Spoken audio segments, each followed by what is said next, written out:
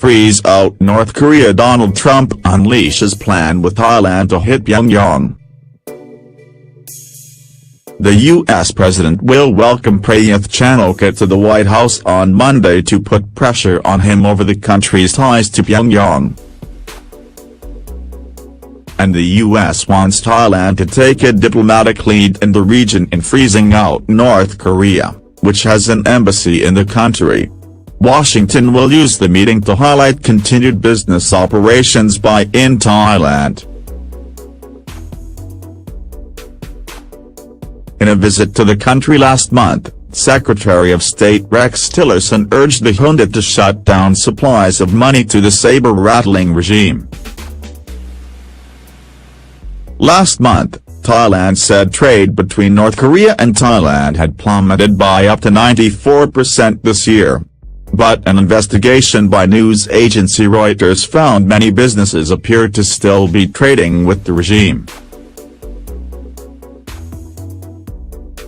The Bank of Thailand also has no policy to close down accounts owned by North Koreans in Thailand. Tensions between the U.S. and dictator Kim Jong-un have reached fever pitch in recent weeks after a series of missile strikes by the secretive state. Pyongyang has accused Mr. Trump of declaring war after he threatened to totally destroy the regime. Alongside Bangkok's ties with North Korea, land's trade surplus with the U.S. and defense will also be discussed at the White House meeting. Thailand will also discuss new defense purchase deals and finalize the delivery of 4 Black Hawk helicopters it agreed to buy from the U.S. before the 2014 coup. Washington had previously slammed the seizure of power by Prayuth, which ousted a civilian government led by Yingluck Shinawatra. And human rights groups have criticized the president for his invitation, accusing him of bowing to authoritarian regimes despite concerns over human rights.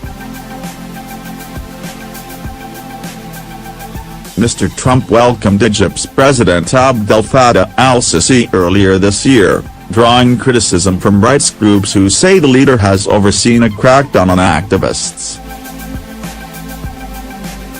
The latest attempt to ratchet up pressure on the North came as the U.S. said China was making progress in enforcing sanctions on Pyongyang.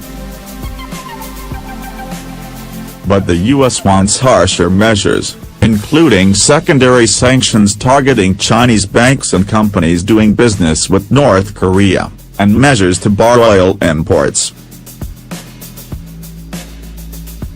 Mr. Trump ordered new sanctions against North Korea last week, including on its shipping and trade networks, showing he was giving more time for economic pressures to address the crisis after repeated warnings about possible military action. On Thursday, South Korea said it expects more provocative acts by North Korea next month to coincide with the founding of its Communist Party.